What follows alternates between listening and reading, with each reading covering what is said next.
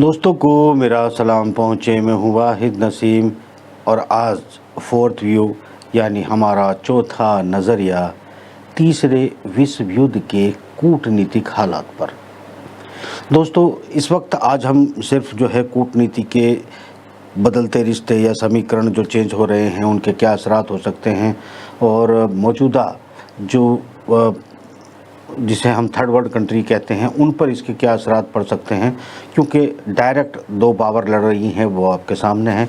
तीसरी जगत की हम ज़रा आज बात करते हैं कि यहाँ क्या क्या बदलाव आ रहे हैं और यहाँ की जो सूरत हाल है वो आगे क्या होने की उम्मीद है। हम शुरुआत करते हैं प्रोग्राम की चाइना को लेकर। चाइना ने जिस तरह की हलचल पूरी दुनिया में अपनी एक कूटनीतिक चालों के ज़रिए एक बिसात बिछाई है, उस बिसात में कौन कौन कहाँ कहाँ फंसता नज़र आ रहा है, कौन कौन उससे निकलते हुए नज़र आ रहा है, इस पर हम थोड़ा सा बारीकी से नज़र डालने की कोशिश करते हैं। दोस्तों अगर चाइना की मौजूदा हलचल को देखा जाए तो गल्फ़ के साथ जिस तरीके से बिल्कुल इकट्ठा कर दिया है, गल्फ़ को एक जगह, अरब लीग को एक नई ताकत दे दी है जिसमें सीरिया शामिल हो गया है, जिसमें ईरान और सऊदी अरब इकट्ठा हो गए हैं और इसकी जो बेसिकली इस पूरे टेबल को सजाने का जो काम किया है वो चाइना ने किया है और सफलतापूर्वक इसको इस्टेब्लिश कर दिया है। इसमें अब कोई दो राय नहीं बचा है। सऊदी अरब सीरिया के अंदर इन्वेस्टमेंट की प्लानिंग कर चुका है और अभी जो उनके सफ़ीरों के बीच में मुलाकात हुई है, विदेश मंत्रियों के बीच में जो कुछ बातें हुई हैं उससे ये बिल्कुल वाज़ेह हो चुका है कि सऊदी अरब सीरिया के अंदर डेवलपमेंट के लिए इन्वेस्टमेंट करने जा रहा है, प्रोजेक्ट डेवलप करने जा रहा है। यानी कि सीरिया के बुरे दिनों का वक्त अब ख़त्म हो चुका है और इसमें श्रेय जो है वो चाइना को जाता है, इससे आप इनकार नहीं कर सकते। जिस तरीके से ईरान और सऊदीया को परंपरागत प्रतिद्वंदी होने के बावजूद एक टेबल पर लाकर पूरे गल्फ़ में जिस तरह की खलबली मचाई पिछले 75 सालों के अंदर अमेरिका और उसके सहयोगियों ने, ये काबिल ज़िक्र भी थी, काबिल तशवीश भी थी, मगर इस पर जिस तरीके से चर्चाएं होनी चाहिए थी शायद वक्त रहते उस तरह की चर्चाएं हो भी नहीं पाई। अभी जो नई पहल शुरू हुई है वो और मेरे ख़्याल से इजराइल के लिए ज़्यादा तशवीशनाक हो सकती है, क्योंकि फ़लस्तीन के जो सरबराह हैं वो पहुंच चुके हैं चाइना और चाइना में अब चाइना को और इजराइल को दोनों से बातचीत करके प्रपोज़ल दिया है जिसकी बहुत ज़्यादा दुनिया में चर्चा नहीं हो रही है। फ़लस्तीन और इजराइल दोनों को एक प्रपोज़ल दिया गया है कि आपके बीच में हम चाइना यानी मध्यस्थता कर सकता है और हम इस मामले को सॉर्ट आउट करके किसी तरीके से अमन इस्टेब्लिश करने की कोशिश करेंगे। ये शुरुआत हो चुकी है, अब ये आगे कहाँ तक पहुँचेगी इसे भी हम ज़रूर देखेंगे, मगर इसी के साथ ज़रा थोड़ा सा कनेक्ट कर लेते हैं कुछ और चीज़ों को। एक तरफ शांति की जो पहल है और दुनिया को एक प्लेटफॉर्म पे लाने की कोशिश, लड़ाइयाँ ख़त्म करवाने की चाइना की जो कोशिशें चल रही है वो हैं। दूसरी तरफ चाइना के साथ लड़ाइयों को आगे बढ़ाने की जो कवायद है वो अमेरिका बदस्तूर अपनी कोशिशों, अपनी काविशों में बिल्कुल मशगूल है और लगा हुआ है। यहाँ इम्पोर्टेंट बात यह है, देखिए मैं पाकिस्तान का भी जिक्र करूँगा। पाकिस्तान में भी जो बेसिकली पाकिस्तान असल में कहाँ फंस गया है ये फैक्टर पर भी हम बात करेंगे, क्योंकि यहाँ भी चाइना, अमेरिका, रसिया और वहाँ की लोकल मानसिकता ये काउंट करेगी कि पाकिस्तान का भविष्य क्या होने जा रहा है थोड़ा देर बाद। इससे पहले हम वापस चाइना के उस जो फ़लस्तीन और इजराइल के बीच में एक राह हमवार करने की जो कवायद शुरू की गई है ये कहाँ तक पहुँचेगी इसे हमें देखना होगा। मुझे लगता है कि इस पर मैं थोड़ी सी टिप्पणी करता चलूँ फिर आगे बढ़ूँगा थोड़ा सा। वो ये है कि अगर हम चाइना मेरे ख्याल से माफ़ करना कि इस पर टिप्पणी मेरी ये है कि अगर इजराइल और फ़लस्तीन के बीच में चाइना मफाहमत की बात करने लगा है और ये पटरी पे आने की अगर कवायद शुरू हो गई है तो इजराइल को भी अपना भविष्य अंधकार में नज़र आ रहा है और वो यहाँ थोड़ा ऑफेंसिव होने के बाद कोशिश करेगा कि कहीं ना कहीं किसी न किसी पटरी पर पहुंच जाए और मुस्लिम कंट्री उसको एक सिक्योरिटी की अश्योरेंस दे, जिसमें चाइना और रशिया भी शामिल हो। रशिया के को अभी नहीं, ये लॉन्ग टर्म प्रोसेस होगा, और इस लॉन्ग टर्म में क्योंकि इजराइल जानता है कि आने वाला जो वक्त का शाह है वो रशिया है, इसीलिए वो बहुत संभल कर कदम उठा रहा है और कहीं ना कहीं पटरी पर आते हुए आपको नज़र आने लगेगा। वो शुरुआत हो चुकी है और चाइना ने दोनों से बातचीत करके, फ़ोनिक वार्ताएं करके, डिप्लोमेटिक वार्ताएं करने के बाद इस पहल की शुरुआत की है। बाकी मीडिया क्या कहता है मुझे कोई लेना देना नहीं है। मुझे जो पता चला है मैं उसके आधार पर आपसे बात कर रहा हूँ। इजराइल को घुटने टेकने की ज़रूरत क्यों पड़ेगी और क्यों पड़ने लगी है और ख़तरा क्यों महसूस हो रहा है, इसे समझने के लिए आपको समझना पड़ेगा कि जो अभी पेंटागन के पेपर लीक हुए हैं, सिक्योरिटी रीजंस से उनकी जो कमज़ोरियां पाई गई और उनकी बहुत सारी जो एनालिसिस थी या एनालिसिस के लिए जो सूचनाएं जमा की थी, तो उससे पता क्या चलता है? उससे पता ये चलता है कि अमेरिका दुनिया के अपने दोस्तों के, दुश्मनों के, सभी के पीछे जासूस लगा के रखता है। बड़े बड़े अपने देशों के जो सुपर लीडर समझे जाते हैं, वहाँ के राष्ट्रपति और प्रधानमंत्री भी होते हैं, वो उनकी भी जासूसी करते हैं और उनकी रिकॉर्डिंग उनके पास होती है, उनकी सारी सूचनाएं उनके पास होती है। यानी इनका जो वार्ता करने का, अपना एक दूसरे के साथ कन्वर्सेशन करने का जो भी इक्विपमेंट ये यूज़ करते हैं, या सर्वर या फिर इंटरनेट या सैटेलाइट यूज़ करते हैं, कहीं ना कहीं से लीकेज होकर वो सूचनाएं अमेरिका के पास पहुंचती हैं और वो उसका एनालिसिस करता है, बल्कि टैक्टिकली उसका यूज़ करता है। यानी ये जो खुल के सामने आया है अमेरिका का स्पाई गेम, उनकी जासूसी, वो एंजेला मार्केल जर्मनी और इज़राइल और जो उसके ख़ास दोस्तों में समझे जाते हैं इज़राइल और साउथ कोरिया, यानी इनके जो हेड्स हैं उनकी भी वो बातचीत रिकॉर्ड करते हैं, जासूसी करते हैं। हालांकि दुनिया तो ये जानती है कि मोसाद दुनिया में सबसे बड़ी एजेंसी है और वो जो चाहती है, ये सारी अफवाहें जो है वो प्लांटेड थी, मीडियाबाजी की शो पीस थे। इसको आप किसी एक आतंकवादी हमले को अगर आप सर्जिकल स्ट्राइक कहें या कोई बहुत बड़ी कामयाबी मान लें, तो वो कामयाबी जो है वो छोटे मोटे अनसिक्योर देशों के अंदर जाके या किसी भी देश में जाके किसी कत्ल करने को आप ये समझ लें कि वो कोई बहुत बड़ी बढ़तरी हासिल है, तो ये फिर इसका मीडिया ग्लोरिफिकेशन समझ सकते हैं, मगर इससे ज़्यादा ये कुछ नहीं होती है। जब बात ज़मीन पर आती है तो हालात बदल जाते हैं। यानी इजराइल के लीडरशिप अपने आप को अमेरिका के मामले में अनसिक्योर समझने लगे हैं। साउथ अफ्रीका अनसिक्योर उनकी लीडरशिप अपने आप को समझ रही है, कर वो कुछ भी नहीं सकते।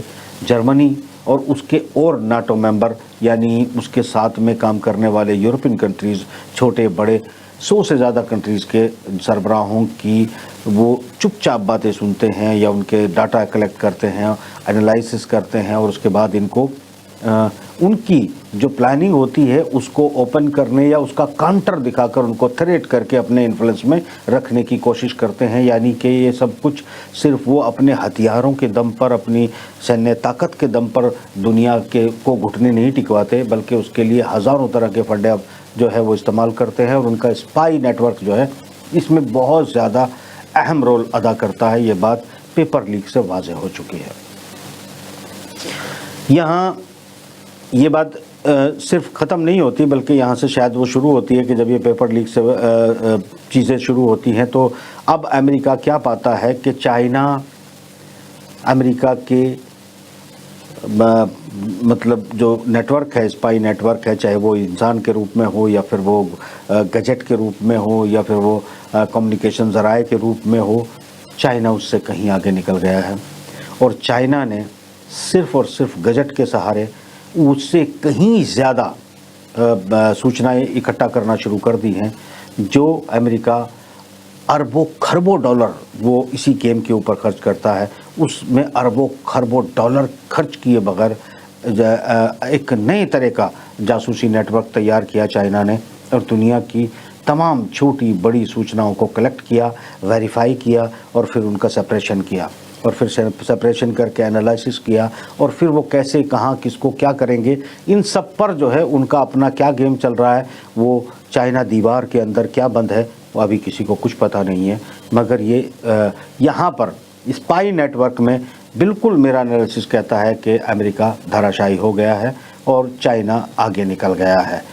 चाइना ने क्यूबा में जाकर जो शुरुआत की है और पूरे अमेरिका में तहलका मच गया है कि ये यहाँ पर एक नया जासूसी नेटवर्क क्रिएट करेंगे और हमारी तमाम सूचनाओं को यहाँ से कलेक्ट करेंगे। हालांकि उसकी ज़रूरत नहीं है।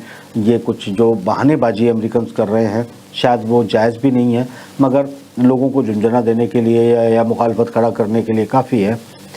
अलबत्ता डर ये है कि जो चाइना ने क्यूबा में शुरुआत की है, फिदेल कास्ट्रो के बाद शायद ये अब एक दूसरा मौका होगा कि क्यूबा के अंदर अब चाइना और रशिया मिलकर, पहले सिर्फ रशिया के द्वारा हथियारों का नेटवर्क वहाँ पर या ताकत की बात की जाती थी, मिसाइल या परमाणुओं की बात की जाती थी डिप्लॉय करके अमेरिका को थ्रेट करने की, मगर ये नया थ्रेट क्या है? चाइना का क्यूबा के अंदर जाना और ये एक नया तरीका, नई कम्युनिज्म में एक नई जो शैली चाइना की है उसको शिफ्ट करने की जो शुरुआत होगी, उससे चाइना धराशायी हो जाएगा। लैटिन अमेरिका में चाइना अपने डेवलपमेंट को अगर बढ़ाता है तो यहाँ से जो अमेरिकन कंपनी अमेरिका के अंदर मुनाफा कमाने की कोशिश करेंगी उनको भी आघात पहुँचेगा यहाँ से, क्योंकि बहुत नज़दीक पड़ेगा और क्यूबा के कई ऐसे देशों के साथ संबंध होंगे जहां पर चाइनीज़ माल बड़ी आसानी से पहुंचेगा और जहां से अगर क्यूबा से डायरेक्ट नहीं है तो वाया अमेरिका के अंदर माल सस्ते दामों पर एंटर करेगा और अमेरिकी जो बाज़ार लूट मचाता है वो धराशायी होना शुरू हो जाएगा। अपने घर में भी चाइना की एंट्री को वो नहीं रोक पाएंगे। ये ख़तरा अमेरिका के लिए पैदा कर दिया गया है। और एक तरफ चाइना की सरहदों में घेरने वाला अमेरिका अपनी ही सरहदों में घिरना शुरू हो गया है। ये बिना लड़े युद्ध जीतने की जो कला चाइना ने सीखी है, शायद इसमें एक कदम और आगे चाइना बढ़ गया है। यहाँ देखिए, ये जो खतरे की मैं बात कर रहा हूँ कि चाइना की सरहदों के नज़दीक घेरने की जो बात की जा रही है वो क्या है? अमेरिका पिछले 6 महीने से अपने नागरिकों को ताइवान से विड्रॉ करने की कोशिश कर रहा था, कवायद शुरू कर चुका था। 2 महीने से जो तेजी आई है और आजकल में जो तेजी आई है चाइना के अंदर जो विड्रॉल किया जाएगा, वो American peoples, thousands of American peoples को विड्रॉल किया जा रहा है। तो इसका मतलब ये है कि अमेरिका ये मान लिया है कि अब युद्ध बहुत दूर नहीं है। जब ताइवान की और चाइना की थोड़ी झड़पें, अभी एक दिन पहले भी जो जहाज़ चाइनीज़ फाइटर ताइवान की सीमाओं के आसपास थे या सीमा पार किए थे, उसके पीछे ताइवान ने अपने जहाज़ उड़ाए थे और ऐसे उड़ते रहते हैं। अलबत्ता वो कुछ नहीं कर पाते, मगर मीडिया में उसका ग्लोरिफिकेशन किया गया था, इसलिए कि ताइवान मेंटली प्रिपेयर हो रहा है और मीडिया टूल का यहाँ भी इस्तेमाल अच्छे से हो रहा है। और अमेरिका का ये मानना है कि मीडिया और अपने स्पाई नेटवर्क और अपने द्वारा जो कलेक्ट की गई जो सूचनाएं हैं या फिर ऐसे असासे हैं जिनसे राष्ट्राध्यक्ष ब्लैकमेल होते हैं, उनके ज़रिए वो इस युद्ध को शुरू करवा पाएगा। यानी ताइवान बहुत नज़दीक है युद्ध के, ऐसा अमेरिका का एनालिसिस है, इसलिए वहाँ से अपने लोगों को निकालना शुरू कर चुका है और बहुत तेज़ी से निकालेगा। चाइना और ताइवान के बाद अब हम थोड़ा सा और आगे बढ़ते हैं और थोड़ा सा आगे बढ़ के चाइना के पीछे की तरफ आते हैं जहाँ पर पाकिस्तान है। अब थोड़ा यहाँ आ जाते हैं तो पाकिस्तान की स्थिति ये है कि जो इमरान को लेकर, इमरान ने एक विदेशी कंपनी को, एजेंसी को इंटरव्यू देते हुए स्पष्ट कहा है कि हमारा झगड़ा कुछ भी नहीं था और बात शुरू होती है कि मैं रशिया जाता हूँ, रशिया जाने के बाद मैंने जो ट्रीटी की है उसके बाद अमेरिका ने मुझे निकलवाया और क्लियर तौर पर वहाँ के एस्टेब्लिशमेंट ने मुझे अमेरिका के कहने पर निकाला। बहुत ही स्पष्ट है कि यहाँ इमरान खान के कहने से वाज़ेह हो जाता है कि यानी तमाम इस्टेब्लिशमेंट अमेरिका के हाथों में है और अमेरिका के इशारे पर काम करने वाला इस्टेब्लिशमेंट किसी भी अपने जो उनका चीफ होता है वो उसको मार सकते हैं, बदल सकते हैं, निकाल सकते हैं। वहाँ की जनता क्या सोचती है, क्या करेगी, उनके आर्थिक नुकसान होंगे, फ़ायदे होंगे, उन्हें कोई मतलब नहीं। मगर रशिया इसमें थोड़ा सा इंटरेस्ट ले रहा है। इमरान ने बैठकर जो डील की थी रशिया के साथ सस्ते तेल की, उसकी शिपमेंट शुरू कर दी है। ये शिपमेंट रशिया ना चाहता तो नहीं भी करता, मगर वो क्यों कर रहा है? दरअसल ये एक बहुत बड़ा मूव आया है जहां रशिया चाहता है कि मैं एक अल्टरनेट के तौर पर, यानी एक अल्टरनेट भी नहीं बल्कि एक बैलेंस करने की नीति के तहत सस्ता तेल जो है इस वक्त दूं। कोई मदद अगर पाकिस्तान को पहुंचा सकता हूं तो पहुंचाऊं, चूंकि वहां ये अगर चीज़ें पहुंचेगी तो वहां के लोगों को कुछ राहत भी मिलेगी और थोड़ा सॉफ्ट कॉर्नर के साथ साथ में अमेरिका के को काउंटर करने के लिए अपने देश या अपने ही खुद के बच्चे फ़ौज को बचाने के लिए जो ज़रूरत पड़ेगी, वो देश वेश की बात छोड़ दो, अपने खुद के वजूद को बनाए रखने के लिए, क्योंकि अगर जनता ही नहीं होगी तो वो सेनाबाजी किस पर करेंगे, यानी खुद को बचाए रखने के लिए। और वो जो दलाली का खेल खेलते हैं, पैसे का लालची जो है वहाँ की फ़ौज, उसका भी इस्तेमाल आई थिंक चाइना और रशिया करेगा।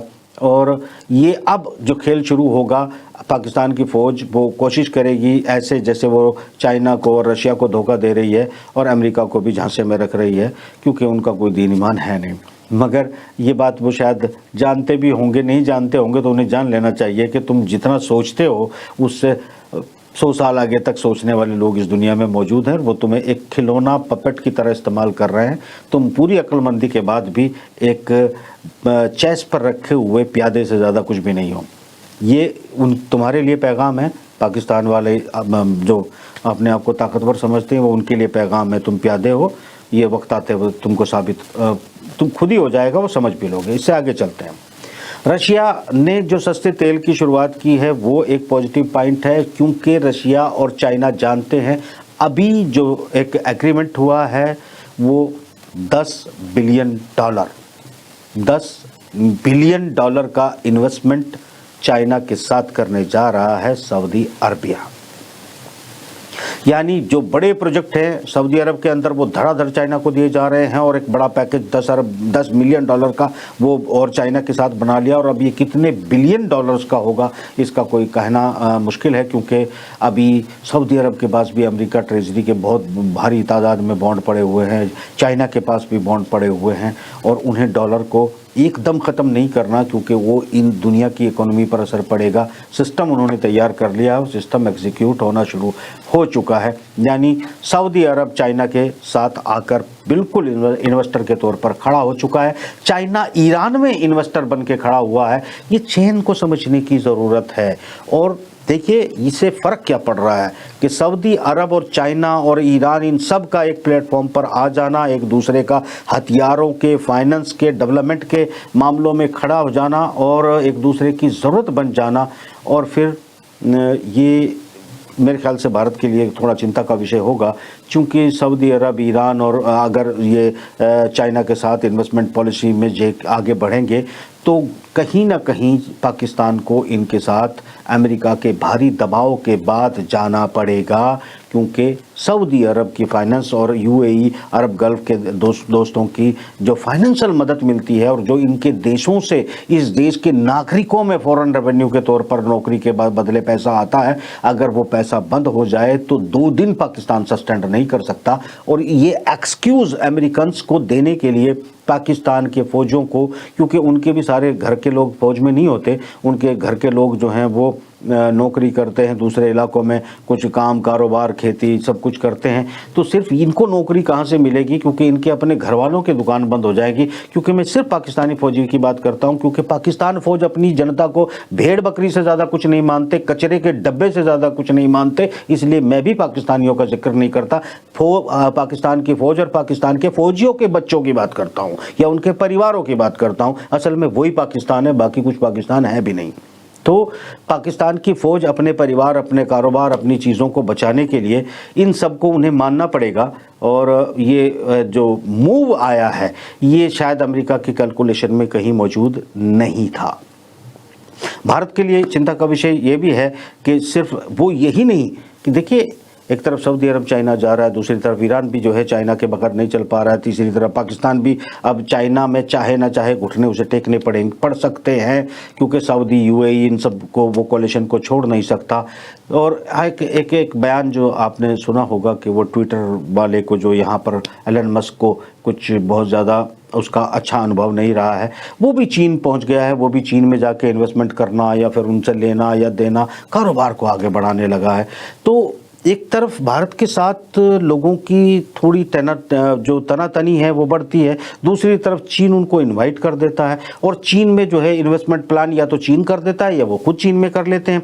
तो जो हमारे पड़ोस के अंदर डिप्लोमेसी चल रही है वो बहुत अगले 50 साल के को दिमाग में रख के चल रही है। और हमारे यहाँ जो डिप्लोमेटिक फैसले लिए जा रहे हैं, यानी जिस तरीके से किसी सोशल ट्विटर, मतलब ये तो खबर है, मैं क्या अपने मुंह से नहीं कह रहा हूँ कि ट्विटर को धमकी दी गई और ट्विटर को उसके छापे मारने, बंद करने, ये सब धमकियों का जो सिलसिला जारी है, उसका नतीजा ये हुआ कि एलन मस्क की जो कंपनियां आनी थी वो नहीं आई, जो उनका इंटरनेट आना था वो नहीं आया, जो उनको भारत में डेवलपमेंट करने थे वो नहीं कर पाए और चाइना के साथ उनके कोalition हो गए। क्योंकि एलन मस्क जैसे लोग वो ये बात अच्छे से जानते हैं कि यूरोप के दिन लद गए हैं, अमेरिका के दिन लद गए हैं, चाइना और रशिया के कैंप में ही अगली दुनिया का भविष्य है और वो इस भविष्य को समझते हुए चाइना के साथ कोalition कर रहे हैं। हो सकता है वक्ती तौर पर आपको बहुत ग्लोरिफिकेशन लगे, बहुत सारी चीज़ें अच्छी या बुरी नज़र आए, मगर इसके जो नताइज आगे आपको दिखाई दे रहे हैं वो मेरे ख्याल से बहुत अच्छे होने वाले नहीं हैं। जो मुझे लग रहा है, मेरा कैलकुलेशन कहता है वो ये है कि अभी देखिए, हम सिर्फ मीडिया का एक जगह पर इस्तेमाल किए जा रहे हैं। क्या इस्तेमाल किए जा रहे हैं कि हम सिर्फ 72 हूर, 73 हूर, 75 हूर और अफसराएँ और हिंदू और मुस्लिम और देश को बांटने के काम में हम लोग लगे हुए हैं। और इसमें जो बहुत बड़े ख़तरे के तौर पर चीज़ें उभर रही हैं सामने, उसको पॉइंट आउट करना हम भूल गए हैं, क्योंकि चुनाव नज़दीक हैं। मणिपुर में जो हाल है, द गार्डियन ने जिस तरीके की रिपोर्ट छापी है कि वहाँ पर मतलब 352 के करीब चर्चों को जला दिया गया है। ये खबरें हाईलाइट यूरोप की दुनिया में हो रही है। ये या 352 या 252, मेरे ख्याल से, मुझे कंफर्म 252 है शायद, 252 चर्चों को जला दिया गया है। कुकी बहुत नाराज़ हैं, वहाँ काफ़ी लोगों की वहाँ पर कैजुअल्टी हो रही है, घरों को जलाया जा रहा है और बिल्कुल आर पार की लकीरें खींच दी गई है। ये भी एक धार्मिक रूप धारण करके लड़ाई लड़ी जा रही है, यानी आप एक और माइनॉरिटी को तहफ़्फ़ुज़ नहीं कर पा रहे हैं, उनके धार्मिक स्थलों को जलाया जा रहा है। ये मैं नहीं कह रहा हूँ, पूरी दुनिया में द गार्डियन की रिपोर्ट है वो कह रही है। अगर ये दुनिया में चर्चा का विषय हो रही है, आप अपने लोगों को कुछ भी बोल सकते हैं, उनसे कुछ भी छुपा सकते हैं। 72 हूरों के पीछे हज़ारों लोगों की लाशें छुपाई जा सकती हैं, 72 हूरों के पीछे हज़ारों लोगों के जले हुए घर छुपाए जा सकते हैं, जलता हुआ मणिपुर छुपाया जा सकता है, बहुत से वाक़ये छुपाए जा सकते हैं, बहुत से लोगों को खुश किया जा सकता है। मगर लॉन्ग टर्म में मेरे ख्याल से ये भूत बनकर सब तुम्हारे सामने आकर खड़े हो जाएंगे और फिर शायद आपको अपने आप से डर लगना शुरू हो जाए, ये स्थिति पैदा हो जाएंगी। तो जो कूटनीतिक जेस्चर इस वक्त दुनिया में दिखाई दे रहे हैं, उसमें मुझे भारतीय कूटनीति कहीं फिट होती हुई नज़र नहीं आ रही है। भले ही हम ये कहें कि अगर हम ये तारीफ करते हैं कि हम रशिया के बड़े सहयोगी हो गए, वहाँ से हम तेल ले रहे हैं, तो तेल आज पाकिस्तान ने भी लेना शुरू कर दिया है। एक तरफ हम ले रहे हैं और अगर हम बात कर रहे हैं कि सऊदी अरब जाके 10 अरब डॉलर, 10 बिलियन डॉलर जो है वहाँ पर चाइना में इन्वेस्टमेंट कर रहा है, जबकि अरबों खरबों डॉलर्स के ऑलरेडी नियॉन सिटी में कॉन्ट्रैक्ट चाइना के हवाले कर चुका है। यहाँ पर इस वक्त इजराइल और फ़लस्तीन को टेबल पर बिठाने की बात शुरू हो चुकी है। ये बहुत कुछ बदलती दुनिया में सिर्फ नफ़रत को लेकर आप खड़े रह जाओगे, ये मेरे ख्याल से बहुत ही आपके सोचने का विषय होगा। आखिरी लफ्ज़ों में एक बात कहता चलूँ कि ख्वाजा आसिफ ने, ये खासतौर से मुसलमानों को पैगाम दे रहा हूँ जो सिर्फ धर्म के झांसे में आकर और लोगों से मैनिपुलेट होते हैं, वो ना हो। सिर्फ धर्म के नाम पर कही गई बात हमेशा सच नहीं हो सकती। उसे देखो, पढ़ो, समझो और फिर आपको समझ आएगा कि कोई भाई नहीं होता, कोई दुश्मन नहीं होता। जो दोस्त है वो दोस्त है, जो दुश्मन है वो दुश्मन है। उसकी एक्टिविटी से आपको देखना पड़ेगा। जिस तरह रक्षा मंत्री पाकिस्तान ख्वाजा आसिफ ने अपने एक बयान में बाकायदा कहा है कि अगर आप पाकिस्तान में ह्यूमन राइट की बात करते हो तो फिर आपको देखना चाहिए कि इजराइल में जो फ़लस्तीनियों के साथ होता है वो ह्यूमन राइट का इशू है कि नहीं है। यानी ह्यूमन राइट की इशू के मामले पे जो इजराइल की फोर्सेस फ़लस्तीनियों पर जुल्म करती है, उनके बच्चों को मारती है, जिस तरह का करती है, उनके घर गिराती है, यानी हम उस हद तक अभी नहीं पहुँचे हैं। यानी एक ख्वाजा आसिफ नाम का एक मुसलमान मंत्री, एक मुसलमान देश जिसे उन्होंने अल्लाह के नाम पर धोखा दे के बनाया, उस देश का रक्षा मंत्री अपने देश की जनता को कहता है कि हम इजराइलियों जैसा अपनी जनता पे जुल्म भी करना शुरू नहीं किया। यानी इसकी संभावना भी मौजूद है, हालांकि उससे भी ज़्यादा कर रहे हैं। तो कुल मिला के ये कहता हूं कि इन धार्मिक और धर्म के नाम पर छलावा करने वाले लोग सिर्फ स्वार्थी, अपनी सत्ता, अपनी ताकत के नशे में होते हैं। तुम्हारे धर्म से इनका कोई मतलब नहीं होता और मेरा सिर्फ तुमसे मतलब है। इसीलिए इस प्रोग्राम में इजाज़त दीजिए। खुदा हाफिज़।